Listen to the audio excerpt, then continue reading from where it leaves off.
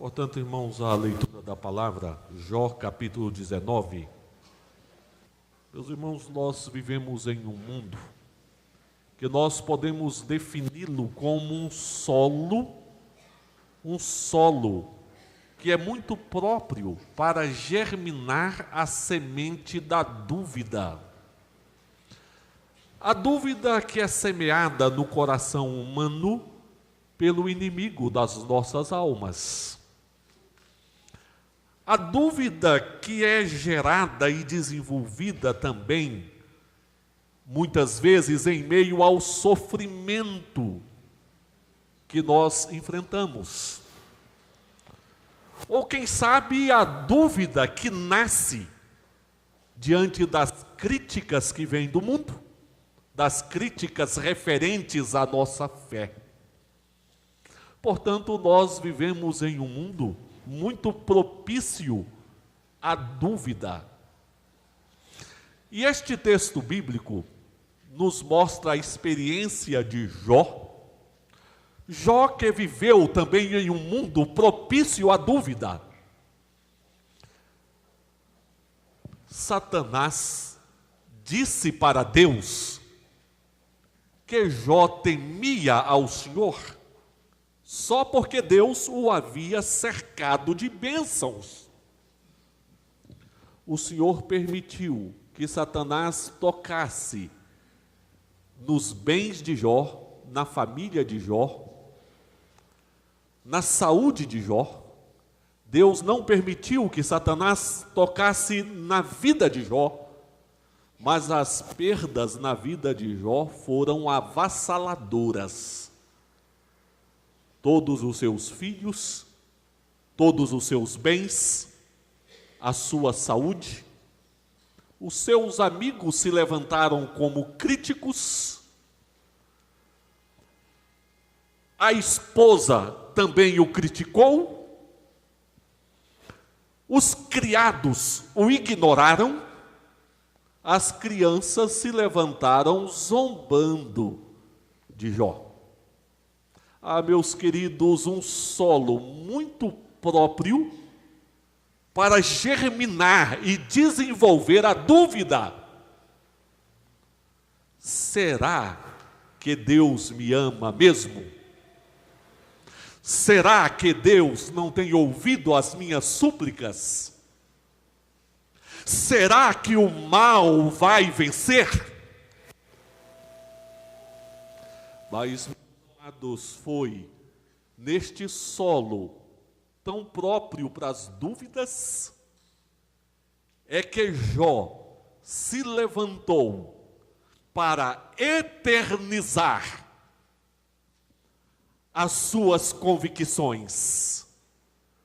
No meio deste ambiente próprio para tantas dúvidas, ele se levantou dizendo: quem me dera fossem escritas as minhas palavras com pena de ferro e letras de chumbo esculpidas na rocha, que pudessem ficar gravadas para todo sempre. E a petição de Jó foi ouvida, porque as palavras de Jó foram registradas nas Escrituras Sagradas, perpetuadas para todas as gerações. Meus amados, as convicções de Jó foram eternizadas, mesmo vivendo em um solo duvidoso. Pois bem, irmãos, mas será que o ambiente que Jó viveu não foi um ambiente diferente do ambiente que nós vivemos hoje? É verdade, irmãos, que Jó viveu há muito tempo. É possivelmente o livro mais antigo das Escrituras, não em termos de fatos, não é? Mas em termos de escrita, porque o início de Gênesis, por exemplo, nos narra o início de todas as coisas, nos narra a criação. Mas, irmãos, os fatos acontecidos no livro de Jó e a época em que Jó viveu remonta também à antiguidade. Mas alguns fatos aqui nos mostram que, por exemplo, já havia a escrita, né? Ele fala a respeito da fé dele sendo escrita, das convicções sendo escritas.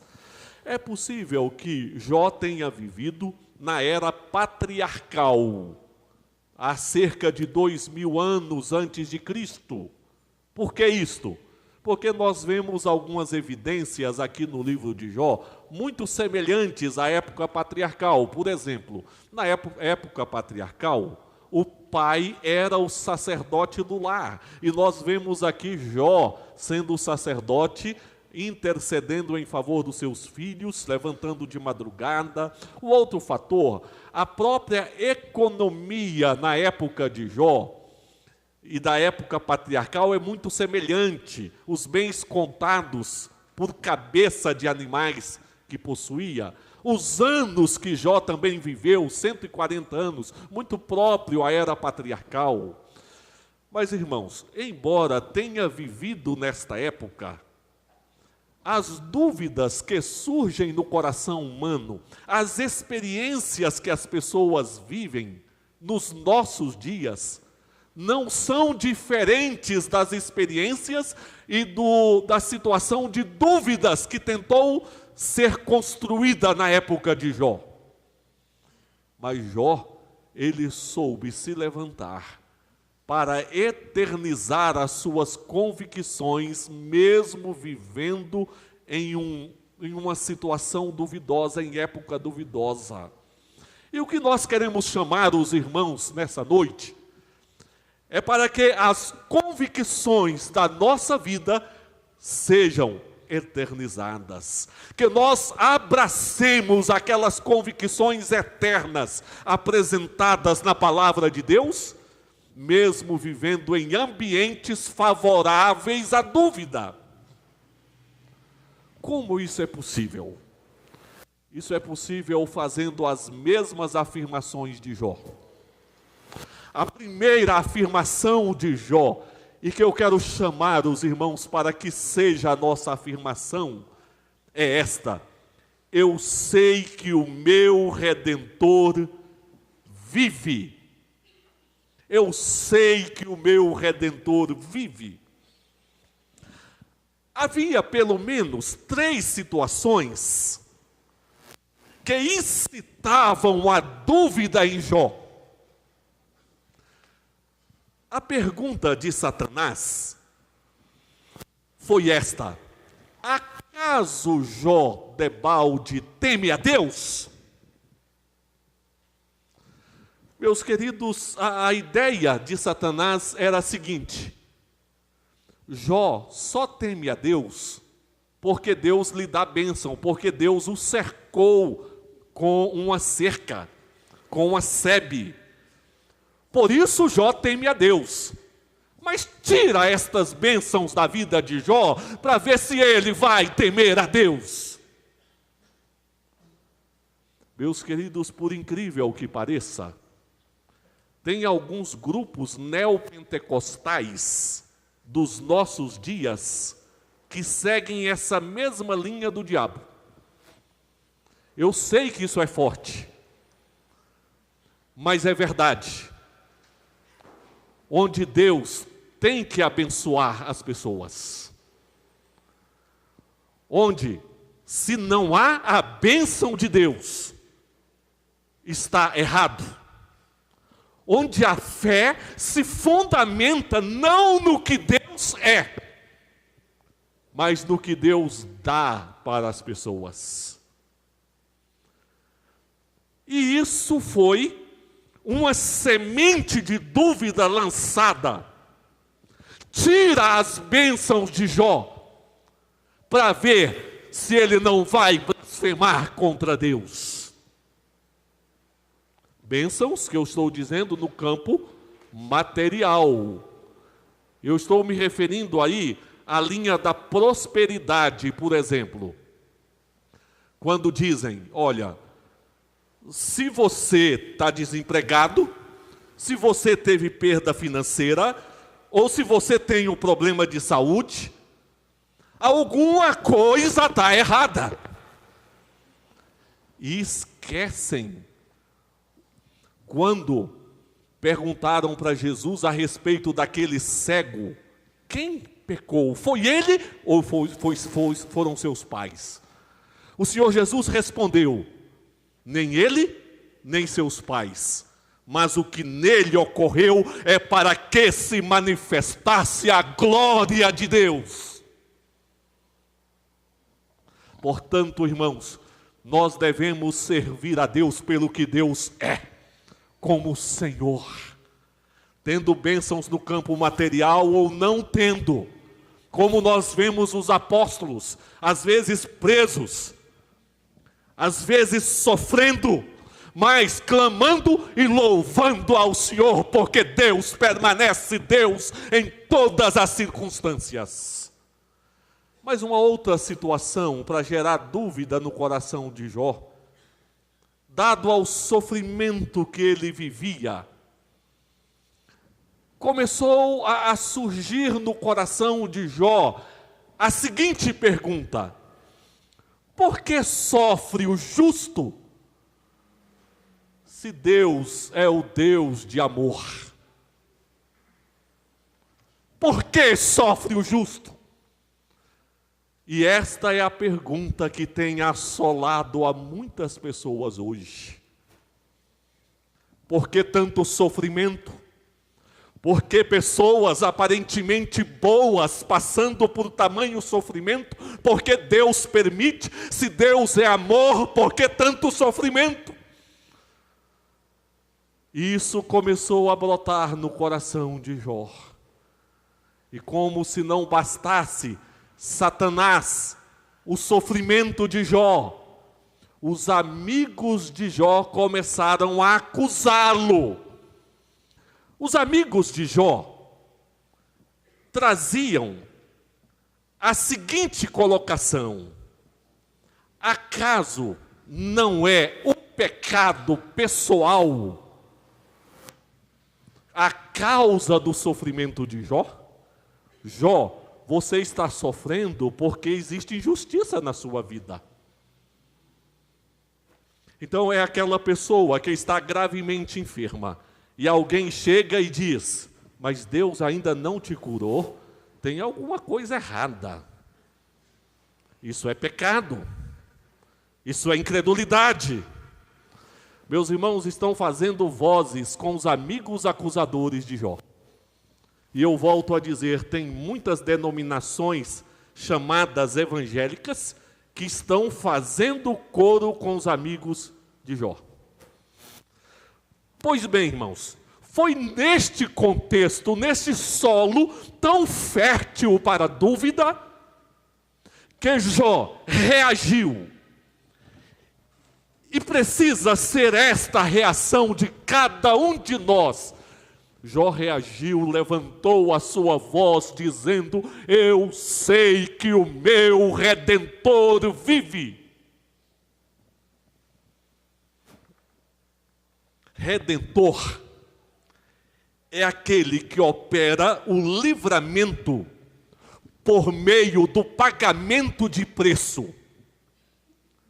O Senhor Jesus é o Redentor, que mediante o pagamento de preço, derramando o seu sangue, nos livra das nossas culpas, para que nós possamos estar diante do Pai, perdoados, justos diante do Pai. Na época em que o livro de Apocalipse foi escrito, a igreja cristã também sofria, porque era perseguida. Cristãos perdiam bens, perdiam a vida. Um solo próprio para dúvida no coração dos cristãos.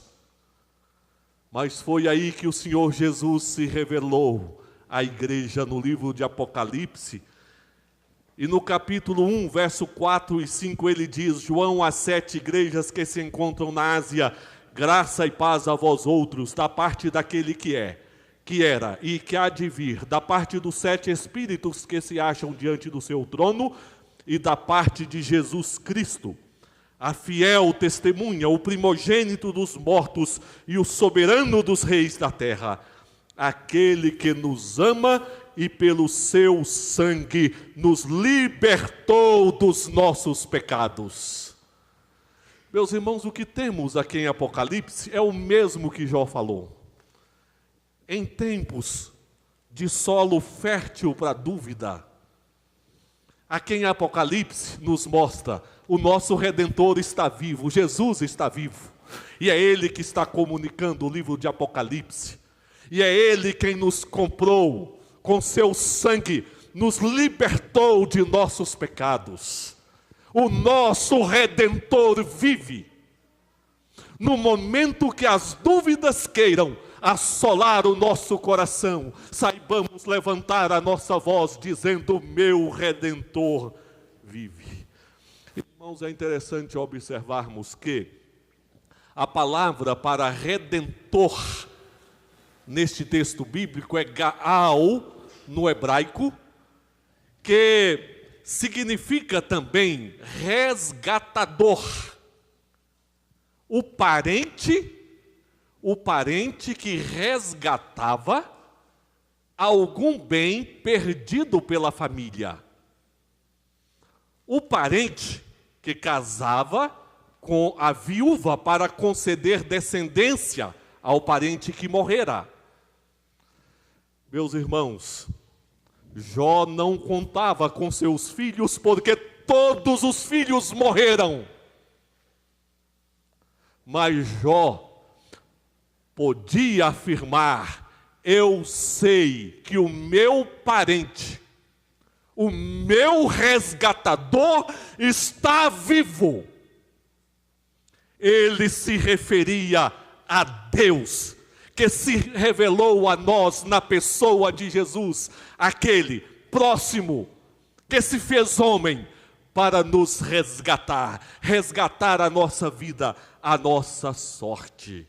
E este Redentor que Jó afirmou: eu sei que o meu Redentor vive, ele é imune ao poder da morte, ao poder das perdas, ao poder do inimigo. Por isso, quando chegar a dúvida, quando bater a porta do seu coração o pecado, quando receber uma acusação, quando surgirem as perguntas, afirme: eu sei que o meu Redentor vive. Estamos comemorando 500 anos da Reforma. Martinho Lutero se deparou com uma porção de inimigos. Como ele disse, o príncipe do mal. Os seus próprios pecados, ele fazia penitências em busca do perdão, porque queria se ver diante de Deus perdoado. O imperador Carlos V, o Papa Leão X, foi neste contexto que Lutero escreveu o hino Castelo Forte, que na sua segunda estrofe diz: a força do homem nada faz, sozinho perdido está. Deus socorro traz em seu Filho escolhido, sabeis quem é? Jesus, o qual venceu na cruz, Senhor dos altos céus, e sendo Ele o próprio Deus, triunfa na batalha. O nosso Redentor vive. Mas, irmãos, as nossas convicções são eternizadas quando podemos dizer: o meu Redentor vive. Mas também quando podemos dizer: eu sei que o meu Redentor se levantará. Jó, logo depois que ele disse que o Redentor vive, ele diz: e por fim se levantará sobre a terra. Levantará significa que o Redentor se colocaria em pé, que o Redentor entraria em ação. Para ilustrar, quando o Senhor Jesus estava com os discípulos em alto mar, e o Senhor Jesus dormia, e veio uma tempestade, e os discípulos entenderam que era o fim, o Senhor Jesus se levantou, ordenou à tempestade que se acalmasse, e houve grande bonança. Você pode olhar dentro do seu coração, você pode olhar ao seu derredor e perceber tempestades, mas a convicção de que o seu Redentor se levantará deve ser maior que tudo. E nos afirma que o Redentor levantará sobre a terra. Meus irmãos, a palavra para a terra aqui é no hebraico Yafar. Yafar significa cinza, entulho, terra seca. Fazendo uma comparação com Gênesis 1:1, que diz: no princípio criou Deus os céus e a terra. A palavra para a terra lá em Gênesis é Eretz, que significa o planeta no qual nós vivemos. Mas aqui em Jó 19 usa-se outra palavra, dizendo que o Redentor se levantaria da cinza, do entulho, da terra seca deste mundo, e se levantaria como rei nessa terra. A vida econômica de Jó estava em queda, a saúde em queda, a vida familiar em queda. Mas Jó estava certo que o seu Redentor se levantaria sobre as cinzas, onde Jó se assentava para coçar com um caco, se levantaria sobre a terra seca, se levantaria sobre os entulhos da sua vida. O Redentor se levantaria sobre tudo como rei. Voltando a Apocalipse, Jesus é apresentado como Redentor, mas quando chegamos ao capítulo 11, verso 15, ele é o Redentor que veio para ser rei. O sétimo anjo tocou a trombeta e houve no céu grandes vozes dizendo: o reino deste mundo se tornou do nosso Senhor e do seu Cristo, e ele reinará pelos séculos dos séculos. Essa semana visitei uma pessoa que estava em coma. Esta pessoa agora já está comunicando com os olhos. E eu orando, falando da palavra com esta pessoa, ela não está falando. Mas, irmãos, eu vi naquele olhar as perguntas: o que está acontecendo? Por que estou passando por isso? Até quando ficarei assim? Meus irmãos, nós estamos no mundo que gera dúvidas. Uma irmã me procurou ainda essa semana perguntando: pastor, se Deus, sendo onisciente, tinha conhecimento de que o mal tomaria o mundo, por que que ele criou todas as coisas? As dúvidas brotam nos corações, mas não deixe a dúvida fragilizar a sua fé. Que as convicções sejam eternizadas ao dizermos: eu sei que o meu Redentor vive, eu sei que o meu Redentor se levantará como rei sobre as nossas vidas. E quando ele se levantar como rei, não haverá dor, não haverá o pecado, não haverá a lágrima, não haverá o luto. para finalizar, que as nossas convicções sejam eternizadas. Quando nós afirmamos, eu sei que o meu Redentor vive, eu sei que o meu Redentor se levantará, mas também quando nós afirmamos, os meus olhos verão a Deus. Jó disse, depois revestido este meu corpo da minha pele, em minha carne verei a Deus, vê-lo-ei por mim mesmo, os meus olhos o verão e não outros, de saudade me desfalece o coração dentro em mim. Meus irmãos, quando nós vemos o desdobramento do livro de Jó, a conclusão deste livro, nós observamos que no meio do sofrimento, os olhos de Jó passaram a ver melhor a Deus. Ele disse, eu te conhecia só de ouvir, mas agora os meus olhos te veem. Jó entendeu que Deus tem propósitos, e estes propósitos se cumprem. Jó entendeu que Deus ensina e nós aprendemos calados. Jó entendeu que Deus é santo e nós pecadores, por isso ele disse, eu me arrependo no pó, na cinza. E meus irmãos, no fim do livro de Jó, os olhos de Jó viram o Senhor, porque ele experimentou as mudanças de Deus na sua vida. A palavra diz que mudou o Senhor a sorte de Jó. O seu último estado se tornou melhor que o primeiro. Aqueles que, em o nome de Jesus, experimentam a conversão, as suas vidas hoje são divididas entre o passado sem Deus, o presente e o futuro com o Senhor. Deus muda a nossa vida.